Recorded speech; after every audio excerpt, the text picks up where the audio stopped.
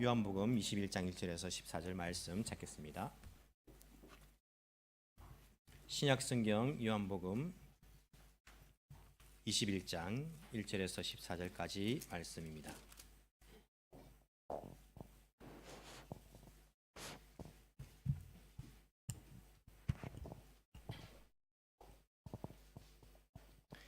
요한복음 21장 1절에서 14절까지 말씀 제가 봉독해 드리겠습니다. 그 뒤에 예수께서 디베랴 바다에서 다시 제자들에게 자기를 나타내셨는데 그가 나타나신 경위는 이라다. 시몬 베드로와 쌍둥이라고 불리는 도마와 갈릴리 가나 사람 나다나엘과 세베대의 아들들과 제자들 가운데서 다른 두 사람이 한 자리에 있었다. 시몬 베드로가 그들에게 말하기를 나는 고기를 잡으러 가겠소 하니 그들이 우리도 함께 가겠소 하고 말하였다.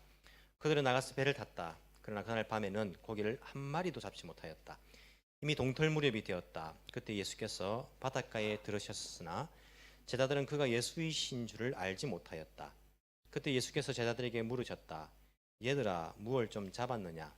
그들이 대답하였다. 못 잡았습니다. 예수께서 그들에게 말씀하셨다. 그물을 배 오른쪽에 던져라. 그리하면 잡을 것이다. 제자들이 그물을 던지니 고기가 너무 많이 걸려서 그물을 끌어올릴 수가 없었다.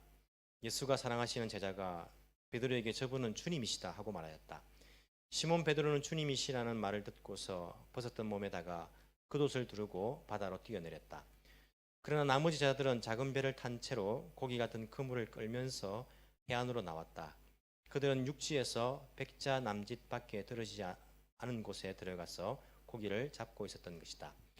그들이 땅에 올라와서 보니 숯불을 피워 놓았는데 그 위에 생선이 놓여 있고 빵도 있었다. 예수께서 제자들에게 말씀하셨다. 너희가 지금 잡은 생선을 조금 가져오너라. 시몬 베드로가 배에 올라가서 그물을 땅으로 끌어내렸다. 그물 안에는 큰 고기가 153마리나 들어있었다. 고기가 그렇게 많았으나 그물이 찢어지지 않았다. 예수께서 그들에게 말씀하셨다. 와서 아침을 먹어라. 제자들 가운데서 아무도 감히 선생님은 누구십니까? 하고 묻는 사람이 없었다. 그가 주님이신 것을 알았기 때문이다. 예수께서 가까이 오셔서 빵을 집어서 그들에게 주시고 이와 같이 생선도 주셨다. 예수께서 죽은 사람들 가운데서 살아나신 뒤에 제자들에게 자기를 나타내신 것은 이번이 세 번째였다. 아멘. 여러분 오늘 우리 동네에 트럼프 대통령이 오는 거 알고 계십니까? 네, 우리 새로 오신 분인데 1부 예배 참석하고 또 2부터 같이 참석했다가 12시 되기 전에 가연돼서 이렇게 가는 겁니다. 뭐 설교를 듣기 싫어 간 거 아닙니다. 타이밍 그런데 1부 때 다 또 참석하고 인사를 하고 갔습니다. 오늘 우리 료곡구에 트럼프 대통령이 옵니다. 모르십니까? 여기 스모 경기장에 스모 보러 스모가 오늘 이제 마지막 날이거든요. 결승전인데 트럼프 대통령이 그 스모 보러 이제 옵니다. 그래서 일본에는요 이렇게 그 일에 대해서 부정적으로 하는 생각하는 사람들도 있습니다. 이 스모장에 말이야 그 한 사람 때문에 말이야 이거 뭐 그렇고 또 트럼프가 뭐 이거 잘하는데 올라가가지고 뭐 이렇게 하면 또 어떻게 하냐고 막 이렇게 걱정하시는 분들 많이 있어요. 아마 그 준비로 지금 아마 대단할 겁니다. 여러분들 그 근처에 가면 막 몸 수색을 당할 수도 있고 경비가 삼엄할 거예요. 혹시라도 미국 대통령이 뭐 죽거나 뭐 암살당하면 안 되니까 경비가 이렇게 대단할 겁니다. 아마 지금 가면. 여러분 트럼프 대통령과 비교할 수 없는 우리 하나님께서 날마다 우리에게 함께 하십니다. 우리 예배 드릴 때 이 자리에 하나님께서 함께 하십니다. 그 하나님께서는요 자기 몸을 대통령은 권력이지만 자기 몸을 자기가 지킬 수 없어가지고 많은 사람들이 검사하고 지켜줘야 되는 거예요. 우리 하나님은요 자기 몸을 우리가 지켜드릴 필요가 없고 오히려 그분이 우리를 지켜주시는 분입니다. 그 하나님의 그 은혜와 그 하나님의 돌보심이 여러분들과 항상 함께 있기를 간절히 소원합니다. 오늘 우리가 말씀을 보았는데 제목은 나는 고기를 잡으러 가겠소 라는 제목으로서 우리가 한번 생각해 보기를 원합니다. 작년부터 계속해서 예수님의 공생의 사역을 놓고 제가 계속 설교를 했습니다. 연속으로 예수님의 그 사역을 시간 순서대로 여러분들에게 말씀을 해드렸습니다. 이것을 200번 반복하면 여러분들 것이 됩니다. 정말로 한 200번 정도는 반복, 한 300번 정도는 하면 여러분들 것이 될 겁니다. 보통 한 200번 정도 그 영어 단어를 계속 반복하면 자기 것이 된다 하거든요. 성경적인 지식도 들을 때는 알겠죠, 여러분. 듣고 나면 다 까먹죠. 당연한 겁니다. 한 200번 반복하면 여러분들께 될 겁니다. 그래서 제가 오늘도 반복합니다. 예수님께서 처음 공생의 사역을 시작하실 때에 뭘로 시작하십니까? 세례를 받으십니다. 맞습니까? 세례를 어디서 받으십니까? 갈릴리 지역입니까? 밑에 유다 지역입니까? 유다 지역에 있는 요단강 변입니다. 남쪽에 요단강에 있는 유대 지역입니다. 거기서 세례를 받으십니다. 세례를 받으시고 그 다음에 하신 일이 사탄에게 시험을 받으십니다. 사탄에게 시험 받으신 것은 갈릴리 지역입니까? 남쪽 유다 지역입니까? 유다 지역입니다. 세례를 받으시고 유다 광야에 들어가셔가지고 사탄에게 40일 동안 금식하신 이후에 시험을 받으십니다. 그리고는 어디로 가십니까? 그리고는 갈릴리 지역으로 가십니다. 북쪽 갈릴리 지역 가나라는 동네에 가십니다. 거기서 결혼식을 참석해서 첫 번째 예수님의 공생의 기적을 일으키십니다. 물로 포도주를 만드신 그런 기적입니다. 그때의 제자들 몇 명 정도가 따라갔냐면 그때에 한 5명 정도의 제자가 예수님을 따랐습니다. 세례 요한의 제자였다가 예수님의 제자가 된 사람, 친구 따라가지고 그리고 동생 따라서 간 제자들 5명이 갈릴리 가나에 갔습니다. 오늘 본문에 보시면요, 나다나엘이라는 사람이 갈릴리 가나 출신이다라고 되어 있습니다. 갈릴리 가나 북쪽에 가셨습니다. 그리고는 가브나움으로 잠시 가십니다. 예수님께서 공생의 사역하실 때 집이 어디 있었냐면 가브나움에 있었습니다. 나사렛 출신이지만은 공생의 사역의 집은 가브나움에 머무십니다. 가브나움 가셨다가 그 다음은 어디로 가십니까? 남쪽 유다 예루살렘으로 가십니다. 첫 번째 유월절을 맞이해서 공생의 사역 가운데 첫 번째 유월절을 맞이해서 예루살렘으로 가십니다. 거기서 뭘 하십니까? 예수님께서 성전을 깨끗하게 하십니다. 내 아버지 집은 기도하는 집인데 너희들 집 여기서 무슨 짓이냐? 성전은요, 여러분 몸이 성전입니다. 내 아버지의 기도하는 집, 하나님 아버지가 임재하는 집, 여러분 몸이 성전입니다. 근데 뭘 하십니까? 예수님께서 그 성전을 깨끗하게, 원래 목적대로 깨끗하게 청소를 하십니다. 그리고 예루살렘에 8개월 정도 머무십니다. 왜 8개월을 아냐 하면 올라가면서 사마리아 여인을 만난 거 기억하십니까? 사마리아 여인을 만나서 예수님께서 하신 말씀이 너희들이 추수하려면 넉 달이 지나야 추수하겠다고 하지 않느냐, 그 말씀을 하십니다. 이들은 밀추수거든요. 보리밀 추수거든요. 쌀이 아니라. 보리밀 추수는요, 한 5월달, 4월달 이 정도입니다. 그 이스라엘 나라에서. 그러니까 예수님께서 사마리아 여인을 만난 것은 12월달 정도 됩니다. 그러니까 6월절 때 내려가셔가지고 한 8개월 정도 예루살렘에 머무신 거예요. 거기서 니고데모도 만나십니다. 니고데모는 나이가 많은 사람입니다. 예수님께 30살 된 젊은 사람에게 와서 내가 어떻게 해야지 하나님 나라에 들어갈 수 있습니까?를 묻습니다. 만나십니다. 그리고는 사마리아를 통해서 어디로 가십니까? 갈릴리 지역으로 가십니다. 예수님의 전도 활동은요, 주로 어디였습니까? 갈릴리 지역이었습니다. 갈릴리 지역에서 사역하시다가 두 번째 유월절이 되었을 때에 예루살렘으로 가십니까? 안 가십니까? 가십니다. 가셔가지고 뭐 하십니까? 38년 된 병자를 고치십니다. 두 번째 유월절 때는요, 이 기록 외에는 아무 기록이 없습니다. 그래서 바로 갈릴리로 다시 돌아가신 걸로 알고 우리가 생각을 합니다. 갈릴리 사역 됩니다. 제자들 12명 다 부르시고, 그리고는요, 두 번째 유월절이 지나고 두 번째, 세 번째 한 중간쯤 됐을 때에 이 종교주자들이 예수님의 그 능력이 귀신을 의지해서 귀신을 쫓아낸다, 바알세불을 의지해서 귀신을 쫓아낸다, 이것은 메시아가 아니다, 귀신 들린 사람이다, 미친 사람이다, 이것은 올바른 사람이 아니다라고 잠정적인 결론을 냅니다. 그때부터 예수님께서는요, 제자들을 집중해서 사역하십니다. 일반 사람들에게는요, 비유를 들어서 말씀하십니다. 비유가 아니면 가르치지 아니하더라. 그 시기에 제자들에게는 그 비유의 뜻을 가르쳐 주십니다. 이런 뜻이다. 주로 제자들을 집중해서 사역을 훈련을 시키십니다. 그리고 세 번째 유월절이 되었을 때 예루살렘 가십니까? 안 가십니까? 안 가십니다. 세 번째 유월절 때는 안 가시고, 세 번째 유월절 정도에 일어난 기적이 뭐라고 말씀드렸습니까? 오병이어의 기적이 세 번째 유월절 시기에 일어난 기적으로 마태, 마가, 누가, 요한복음이 다 기록되어 있는 기적입니다. 중요한 기적입니다. 예수님 생명의 빵, 예수님 생명의 떡이란 그것을 기적으로 보여주십니다. 그리고는 가을이 되어서 6개월 정도 지나서, 세 번째 유월절 이후에 6개월 정도 지나서 가을이 되어서 초막절이라는 절기가 있습니다. 이 초막절 절기는 한 10월 달 되는데 그 다음 네 번째 유월절 때 예수님께서 십자가에 못 박혀 돌아가시지 않습니까? 그 유월절 6개월 전입니다. 그 6개월 전에 예루살렘으로 가십니다. 초막절에. 예루살렘으로 가셔가지고 성전에서 그들을 가르쳐 주십니다. 가늠하다 잡힌 여인을 용서해 주시는 사건도 나옵니다. 그리고 베다니에서 나사로, 마리아, 마르다를 만난 이야기도 나옵니다. 나사로가 다시 부활한 이야기도 나옵니다.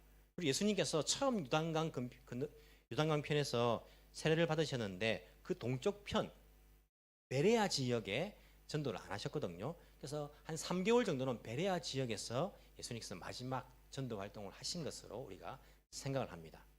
6개월 동안은요 갈릴리를 안 가십니다. 그렇게 해서 마지막 유월절 예수님께서 십자가에 못 박혀 돌아가십니다. 3일 뒤에 금요일 날 돌아가시고 3일 뒤 일요일 날 새벽에 예수님께서 부활하십니다. 이게 예수님의 공생입니다. 아시겠죠? 예, 안다고 문자가 왔습니다. 타이밍이 기가 막히다 그죠? 예, 예수님의 공생에 예수님 부활하시고 난 다음에는요 예수님의 구원 사역은요 완성되었습니다. 맞습니까? 우리 죄를 대신해서 십자가에 돌아가신 거예요. 우리를 대신해서. 그리고 죄와 죽음의 권세에서 다시 살아나셨습니다. 이기셨습니다. 부활로 우리의 구원 사역은요 완성입니다.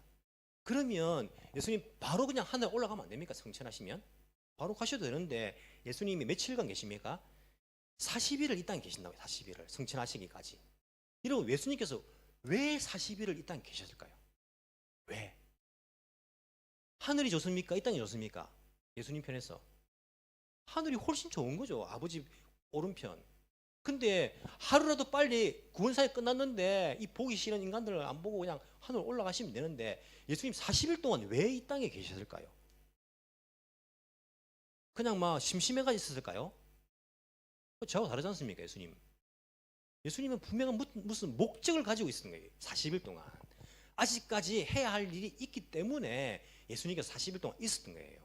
예수님의 그 목적이 뭔가, 부활하신 이후에 40일간의 예수님의 목적이 무엇인가를 우리가 한번 생각해 봐야 됩니다. 40일간. 그런데 부활하신 이후의 40일간은요 사람들이 잘 모릅니다. 생각도 잘 안 하고 있습니다. 예수님께서 막 나타나시는데 어디에 나타나시고 어떻게 나타나시는지 잘 모르는 사람들 헷갈려요. 이 부분을 오늘 이야기를 하려고 합니다. 이런 만약 여러분들이 부활했다. 그러면 제일 먼저 뭘 하고 싶겠습니까? 부활했다. 부활을 안 해보는 게 잘 모르시겠죠, 그죠? 부활을 하게 해드릴까요? 부활했다. 만약에 제가 예수님이라면, 난 예수님이 아니지만은 인간이지만은 부활했다면, 부활하신 그 몸은요 변화된 몸입니다.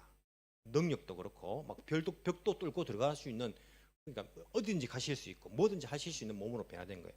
그러면 요것 봐라, 나를 십자가에 못 박아 죽인 이 인간들 내가 찾아가야지. 찾아가가지고 짠 나타나는 거예요. 야, 너가 나를 십자가에 못 박았지. 본디오 빌라도 그리고 종교 지사들, 너희들 봐, 내가 이렇게 부활했다고 하면서 혼을 내줄 것 같아요. 그러면 통쾌하지 않습니까? 나를 메시아로 믿지도 않았는데 탁 나타나면 얼마나 통쾌합니다. 주님께서는 그렇게 하지 않았습니다. 그들에게 나타나시지 않았습니다. 왜냐하면 예수님의 이 40일간의 분명한 목적이 있었기 때문에 자기 개인적인 그런 복수하기 위해서 그렇게 사용하지 않았다는 거예요. 예수님께서는 누구에게 나타났습니까? 제자들에게 나타났어요. 제자들에게 무엇을 위해 나타났을까요? 한번 생각해 보시기 바랍니다. 예수님께서 처음 나타나는 사람들은 누굽니까? 여인들입니다. 여러분 여성분들이요 소망하십시오. 천국 갈 때에 주님을 처음 보게 될 것입니다. 주님께서 여러분들을 사랑하십니다. 주님께서 여인들에게 처음 나타나셨습니다. 그리고 예수님께서 엠마오로 가는 두 제자에게 나타나셨다고 되어 있습니다. 엠마오로 가는 두 제자, 한 명의 이름 기록되어 있습니다. 글로바라는 이 이름이 기록되어 있습니다. 12사도는 아니지만은 예수님이 제자였던 이 두 명에게 나타나셔가지고 말씀을 풀어주시니까 예수님 이제 압니다. 그리고는요 고향으로 가다가 다시 예루살렘 돌아옵니다. 주님을 만났다 제자들에게 이야기하는 거예요. 이 두 사람이. 그리고는 그날 밤에 예수님께서 일요일 날 저녁에 제자들이 모여 있는 곳에 나타나십니다. 맞습니까? 나타납니다. 그때 누가 없었습니까? 도마라는 사람이 없었던 거예요. 그래서 예수님께서는 8일 뒤에, 일주일 뒤에 다시 그 자리에 나타나셨는데 그때 누가 있습니까? 도마가 있었던 거예요. 자, 그 이후에 예수님께서는 어떻게 나타나실까요? 그 이후에 오늘 본문에 나오는 제자들에게 나타나신 것이 몇 번째라고요? 세 번째죠. 그러니까 도마가 함께 있는 그 자리에 나타나시고 이게 세 번째인 거예요. 세 번째. 세 번째. 그리고 또 누구에게 나타나십니까? 고린도전서 15장을 보시면 500명의 형제들에게 나타나신 거예요. 500명. 그리고 또 고린도전서를 보면 15장을 보시면 야고보에게 나타나요. 야고보. 이 야고보는요, 예수님 동생 야고보입니다. 예루살렘 교회의 리더였던 야고보에게 나타나시고 그 기록이 기록되어 있어요. 그리고는 예수님께서 마지막 승천하실 때에 제자들에게 40일 이후에 딱 그 일을 마무리하시고 하늘로 올라가십니다. 여인들에게 제자들, 갈릴리에서 제자들, 그리고 500명 형제들, 그리고 야고보에게, 그리고 승천하실 때에 예수님께서 나타나신 것. 이게 예수님께서 40일간 제자들에게 나타나신 거예요. 어떤 목적이었을까요? 어떤 목적이었을까요? 오늘 본문에 보시면요, 몇 명의 제자들이 예수님 만납니까? 몇 명의 제자들이? 여러분 귀찮아가지고 안 살려 하지 마 세십시오. 이거 또 여러분 귀찮아하시면 이게 나이가 들어간다는 증거고 치매에 걸립니다. 하면 이게 하나씩 세 보십시오. 몇 명이 나타나십니까? 다 다릅니까? 자, 2절 보시면 시몬 베드로는 똑같은 사람입니다. 한 명, 시몬 베드로, 또 쌍둥이라고 불리는 디두모라 불리는 도마, 그리고 나다나엘, 세베대의 아들들이 누굽니까? 야고보와 요한, 그리고 제자들 가운데 다른 두 사람. 몇 명입니까? 7명이 나타나신 거예요. 장소가 어디입니까? 갈릴리입니다. 갈릴리 호수, 디베레아 바다라 되어 있는데 갈릴리 호수는요, 그 도시가 어디에 접해 있느냐에 따라 가지고 게네사렛 도시에 있으면 게네사렛 호수, 디베레라는 도시에서 보면 디베레아 호수 이렇게 부르는 겁니다. 똑같습니다. 갈릴리 호수인데 이 당시에는 호수라는 개념이 없었어요. 다 바다예요. 바다라고 부르는 겁니다. 디베레아 바다에서 예수님께서 7명의 제자들을 만난 겁니다. 여러분 궁금한 거 없습니까? 궁금한 거? 왜 7명밖에 없습니까? 왜? 4명은 어디 갔습니까? 왜 이들이 갈릴리에서 만납니까? 예루살렘에 있다가 왜 갈릴리로 갔습니까? 안 궁금하십니까? 조금 이상하지 않습니까? 아이고 믿는데 그냥 덮어놓고 믿으면 되죠. 성경 말씀을 진리인데 그렇죠. 덮어놓고 무조건 믿어도 됩니다. 좋은 방법입니다. 여러분 우리가 자동차를 운전할 때에 기름만 넣으면 가지 않습니까? 가스만 넣으면 갑니다. 덮어놓고 어떻게 움직이는지 뭐 이거 모르고 그냥 운전하면 됩니다. 기름만 넣고 가면 됩니다. 그죠? 운전할 수 있습니다. 하지만 이 자동차에 대해서 좀 구체적으로 알면 이게 도움이 됩니까? 안 됩니까? 됩니다. 혹시 가다가 섰을 때에 지식이 좀 있으면 급하게 조금 자기가 수리할 수도 있어요. 그리고 수리하러 갔을 때에 정비사들이 이것도 고쳐야 되고 저것도 고쳐야 되고 막 이렇게 엉터리로 말하면 조금 알면요, 그걸 내가 이것은 고칠 필요 없습니다, 이거 바꿀 필요 없습니다 라고 어느 정도 내가 이야기할 안 속을 수 있습니다. 지식이 있으면. 성경 덮어놓고 믿어도 됩니다. 하지만 우리가 성경을요 잘 알면 이게 훨씬 도움됩니다. 왜냐하면 이 땅에는요 우리를 속이는 사람 많거든요. 성경 가지고 그게 잘 넘어가지 않습니까? 덮어놓고 운전하는 사람은 이거 고치고 저거 고치고 이거 아니고 하면요 그대로 돈 다 내고 고쳐야 되는 거예요. 모르니까 불안해가지고. 성경 잘 모르면 덮어놓고 믿으면 이게 잘 속아 넘어간다고요. 그래서 우리가 조금 생각하고 우리가 연구하는 것이 필요합니다. 왜 7명이 갈릴리에 있었을까? 어떤 사람은 이렇게 말합니다. 예수님이 부활하신 이후에 예수님을 만났지만은 제자들이 목적을 잃었다. 그렇지 않습니까? 이때까지 예수님만 따라다녔는데 목적을 잃어버린 거예요. 예수님도 부활하신 이후에 자 가자 이제 하면서 계속 있은 것이 아니라 한 번씩 나타나시고 한 번씩 나타나시니까 야 우리 뭐 하지? 다 집에 돌아가자 해가지고 다 고향으로 뿔뿔이 흩어졌다. 자기가 원래 하던 일을 그렇게 그 일로 돌아갔다 이렇게 말하시는 분들이 있어요. 사실일까요? 아닐까요? 분위기 봐가 사실이 아니다 말하지 마시고 여러분 생각을 말씀하십시오. 사실일까요? 아닐까요? 사실이 아닙니다. 왜 사실이 아니냐면 예수님께서 여인들을 통해 가지고 제자들에게 갈릴리로 가라고 했습니다. 성경에 나옵니다. 어디 나오냐면 마태복음 28장 10절. 마태복음 확인하기를 원하시는 분들은요, 성경을 찾아보십시오. 지금 마태복음 28장 10절, 마가복음 16장 7절. 거기 보시면 예수님께서 여인들에게 말씀하신 이야기가 나옵니다. 뭐라고 말씀하시냐면 마태복음 28장 10절. 그때 예수께서 그 여자들에게 말씀하셨다. 부활하신 이후에 여자들 만난 거예요. 자, 무서워하지 말아라. 가서 나의 형제들에게 어디로? 갈릴리로 가라고 전하여라. 그러면 거기에서 그들이 나를 만날 것이다. 예수님께서 말씀하신 거예요. 마가복음 16장 7절. 그러니 그대들은 가서 그의 제자들과 베드로에게 말하기를 그는 그들보다 먼저 갈릴리로 가실 것이니 그가 그들에게 말씀하신 대로 그들은 거기에서 그를 볼 것이다. 대명사가 많이 나오는데 무슨 말입니까? 여인들에게 자, 제자들에게 말하여라. 갈릴리로 가라 해라. 그럼 거기서 나를 만날 것인데 내가 그들보다 먼저 갈릴리로 가 있을 것이다. 그 말을 전하라 라고 말씀하신 거예요. 자, 그러니까 이 말을 들은 제자라면 어디로 가겠습니까? 갈릴리로 가지요. 처음에 예루살렘에 있었는데 이 말을 듣곤요. 아, 예수님께서 간헐적으로 나타나시니까 도마가 있을 때에 예수님 만난 이후에 우리 이제 뭐 하지? 아, 갈릴리로 가랬지. 갈릴리로 가자. 갈릴리로 간 겁니다. 만약에 한 명이 난 안 가려고 한다 그러면 데리고 갈 거예요. 가자. 예수님께서 갈릴리에서 우리를 만난다 해서 가자 하면 다 11명 다 갔을 거예요. 누가 빠지겠습니까? 다 가지요. 갈릴리 간 것은 그들이 다시 옛날 삶의 터전으로 돌아간 건 아닙니다. 예수님 가라에서 간 겁니다. 그리고 물고기 잡으러 간 것도 옛날 직업으로 돌아간 것 물론 그럴 수도 있는데 그럼 생각해 보십시오. 뭐 베드로, 야고보, 안드레, 요한은 뭐 물고기 잡는 사람들이지만은 도마나 나다나엘 이런 사람들은 아니지 않습니까? 그러니까 또 그렇게만 볼 수도 없는 거예요. 그런데 예수님께서 갈릴리로 가라고 했는데 왜 여기 7명만 있는 것입니까? 그리고 왜 갈릴리 호수에 있는 것입니까? 예수님께서 갈릴리로 가라 했을 때에 어디서 만나자고 약속을 했을까요? 안 했을까요? 너희들 갈릴리로 가서 어디 가라 그러면 나를 만날 것이다 말씀하셨을까요? 안 하셨을까요? 말씀을 주님께서 하셨습니다. 마태복음 28장 여러분 분 계시면 그대로 보시고 16절을 보십시오. 마태복음 28장 16절.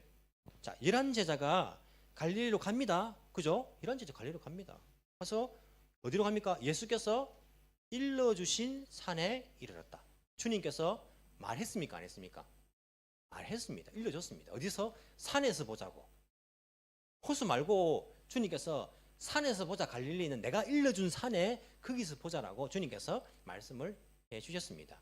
이런 마태복음 28장에 보시면요, 이 말씀이 계속 이어져 가지고 너희는 가서 모든 족속으로 제자를 삼고 이 말씀이 제일 마지막에 나오죠.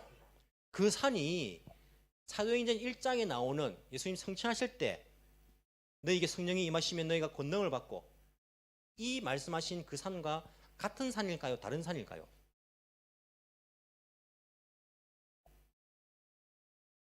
너무 생각을 많이 하게 만들어서 죄송합니다. 같은 산일까요? 다른 산일까요? 이것을 같은 산으로 설교하시는 분이 계세요. 성경을 잘 알고봐서 그래요. 다른 산입니다. 예수님 성천하시는 산은요, 사도행전 1장에 보시면 예루살렘에서 가까운 감난산, 감남산, 올리브산, 그 산이에요.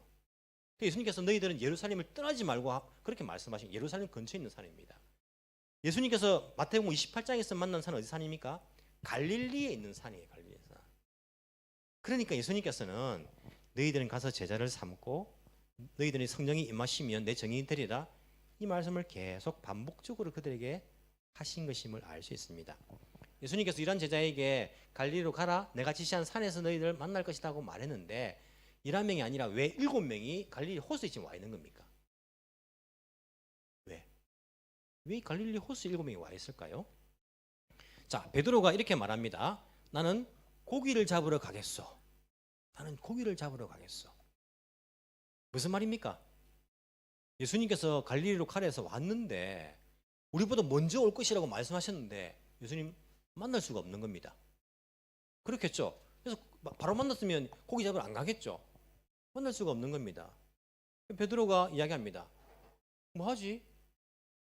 고기나 잡으러 가야겠다 라고 생각했을 수 있어요.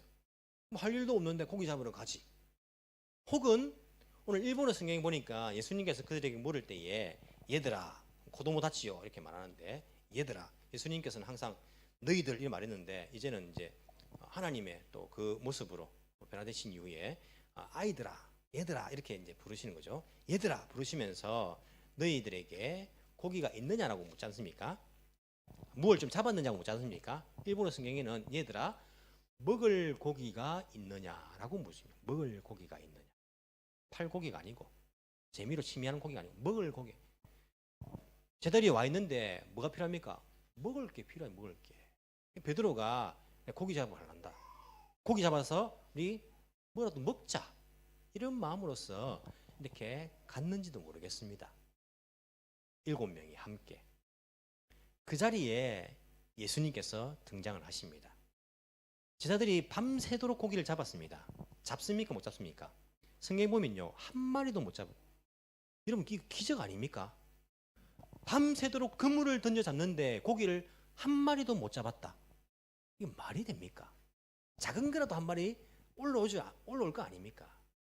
여러분 이 못 잡는 게요 기적인 거예요. 예수님께서 고기가 이게 뇌가 뭐 있습니까? 있긴 있겠지만은 뭐 금방 3초 만에 까먹지 않습니까? 0.3초 만에 까먹지 않습니까? 이 고기가 그물로 들어가려고 하면요 예수님 안 돼. 들어가지 마. 고기는 못 들어가는 거예요. 그물에. 그 갈릴리 호수에 있는 모든 고기들이 그 그물에는 못 들어가는 거예요. 뭐 베드로만 잡고 있었겠습니까? 그 동네 사람들 다 어부든 다 잡고 있었겠죠. 그들 안에는 들어가는데 베드로 그물은 이름 써 있는 것도 아닌데 예수님께서 그건 안 돼. 거기는 들어가지 마. 고기들을 못 들어가게 하시니까요. 한 마리도 그 그물에 못 들어가는 거예요. 여러분 우리 삶 속에서 우리는요. 무기력감을 느낄 때가 있습니다. 내가 아무리 밤새도록 일을 해도 이게 무언가 손에 쥐어지지 않을 때가 있습니다. 아무리 내가 노력을 해도 내가 가질 수 없는 이 무기력감. 그 무기력감은요. 그리스도 안에 있는 풍성함을 느끼기 위해서 우리에게 주시는 무기력감입니다. 우리 삶 속에서 철저하게 내 힘으로 안 된다는 것들을 느낄 필요가 있습니다. 그때 우리는 예수님 속에 있는 풍성함을 우리가 누릴 수가 있습니다. 왜 우리가 예수님의 능력을 맛보지 못하는 것입니까? 왜 나에게는 예수님 그 풍성한 주님의 능력을 보여주지 않는 것입니까? 나는 왜 이렇게 무기력감을 느낍니까? 왜냐하면 내 삶 속에서 나의 무기력감을 느끼지 못하기 때문에 주님의 풍성함을 느끼지 못할 때가 많습니다. 내가 자꾸 밤새도록 내가 수고하려고 합니다. 내가 먹고 살기 위해서 내가 막 수고를 하려고 그렇게 애를 쓰니까 주님 주시는 풍성함을 내가 누리지 못할 때가 있는 거예요. 이들은 밤이 새도록 무기력감을 느낍니다. 이게 무슨 일이냐 이게. 이게 무슨 일이냐. 한 마리도 잡지 못했습니다. 해가 떠옵니다. 밤에 고기를 잡지 이제 해가 뜨면 고기가 안 잡힙니다. 그때에 저 멀리서 몇 미터 바뀝니까? 성경에 보니까 약 100m 돼 있죠. 약 90m, 100m. 약 90m 돼 있죠. 저 멀리 가지도 못했어요. 고기 잡으러. 한 90m 떨어진 곳에. 그 작은 배입니다. 작은 배. 베드로가 은퇴한 지가 이제 3년 넘었는데 배가 있겠습니까? 뭐 빌렸겠죠. 뭐 작은 배 하나 빌리자 해가지고 뭐 안 쓰는 거 빌려가지고 작은 배 가지고 7명 타니까 멀리 갈 수 있습니까? 뭐 90m 떨어진 곳에서 막 고기 잡고 있는 거예요. 자 멀리서 누군가가 뭘 좀 잡았느냐? 아니요 못 잡았습니다. 하니까 배 오른편에 그물을 던져라. 여러분 이들이 밤새도록 배 왼쪽에만 그물 던졌겠습니까? 무식하게 넌 뭐 한 곳만 난 판다 해가지고 막 계속 왼쪽에만 막 죽어라 하나 왼쪽에만 던졌겠습니까? 여러분 같으면 그러겠습니까? 밤새도록 왼쪽에 고기가 안 나오는데 계속 왼쪽만. 아니죠. 밤새도록 이들이 왼쪽 안 나오면요 오른쪽 던졌을 겁니다. 앞에 안 되면 막 뒤에도 던지고 막 이곳저곳 다 안 던지겠습니까? 밤새도록 오른쪽 던져봤습니다. 하지만 저 멀리서 배 오른편에 그물을 던져라 그 소리를 듣는 순간 무언가가 탁 드는 생각이 없겠습니까? 아무리 제자가 바보라 해도 저 같은 사람이라도 어떤 생각이 탁 들겠습니다. 제일 처음 베드로가 예수님을 만났을 때에 밤새도록 고기를 한 마리도 잡지 못했습니다. 그때에 예수님께서 베드로야 깊은 곳에 가서 그물을 던져라. 아 주님 내가 밤이 새도록 고기를 잡았는데 한 마리도 잡지 못했습니다. 하지만 주님의 말씀 의지해서 내가 그물을 던지겠습니다. 그때에 엄청나게 많은 물고기를 잡았던 그 순간 저 멀리서 얘들아 무엇을 잡았느냐 한 마리도 잡지 못했습니다. 배 오른편에 그물을 던져라. 그때 그 순간에 이야 제일 처음 주님을 만났던 그때가 떠오르지 않겠습니까? 예 하면서 그물을 오른편에 던집니다. 물고기가 153마리 잡힙니다. 예수님 사랑하신 제자 요한이 주님인 것을 알고는요, 주님이시다 외칩니다. 베드로가 물에 뛰어듭니다. 그리고 나머지 제자들은요, 물고기가 귀한지 그걸 끌고, 들지 못하고 끌고 해안까지 옵니다. 그때 그 주님을 다시 만나는 겁니다. 이런 153마리를 다 잡았지만은 그들을 먹이는 것은 그들이 잡은 물고기가 아니라 예수님께서 준비하신 물고기와 떡을 가지고 예수님께서는 그들을 먹여주셨습니다. 예수님께서 왜 이 장면을 만드셨을까요? 너희들 내가 부활한 이후에 목적을 잃었구나. 내가 처음에 너희들 만났을 때 내가 이야기했지. 베드로야, 내가 너희로 사람을 잡는 어부가 되게 하리라. 이 목적이 이루어지지 않았는데 너희는 이 목적을 잃어버렸구나. 주님께서 다시 한번 그들에게 그 목적을 일깨워 주십니다. 너희들이 잡은 것 가지고 먹고 사는 것이 아니라 내가 너희들이 먹을 것을 내가 준비해 줄 것이다. 너희는 먼저 하나님 나라와 의를 구하라. 그리하면 이 모든 것을 내가 너희들에게 더하여 줄 것이다. 내가 너희들을 먹을 것이다. 너희들은 처음 받았던 그 사명, 사람을 낚는 어부가 되게 하리라. 잊어서는 안 된다. 잊어서는 안 된다. 그때와 똑같은 장면을 만드시면서 주님께서는 그들에게 내가 왜 40일간 이렇게 너희들과 함께 있는 줄 아느냐? 왜 내가 하늘에 올라가지 못하고 있는 줄 아느냐? 너희들 이 사명을 다시 한번 되새겨라. 주님께서 그 장면을 다시 만들어주고 계시면서 볼 수 있습니다. 여러분, 우리는요, 목적을 잃어서는 안 됩니다. 내가 먹고 사는 것을 위해서 자꾸 거기에 매여 있어서는 안 됩니다.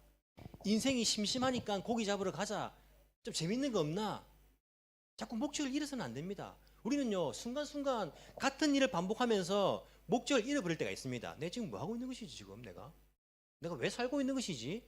우리 계속해서 주님께서 나를 부르신 이유, 주님께서 나를 구원하신 이유, 주님께서 나를 이 땅에 보내신 그 이유, 그 목적을요, 계속해서 우리는 생각을 해야 됩니다.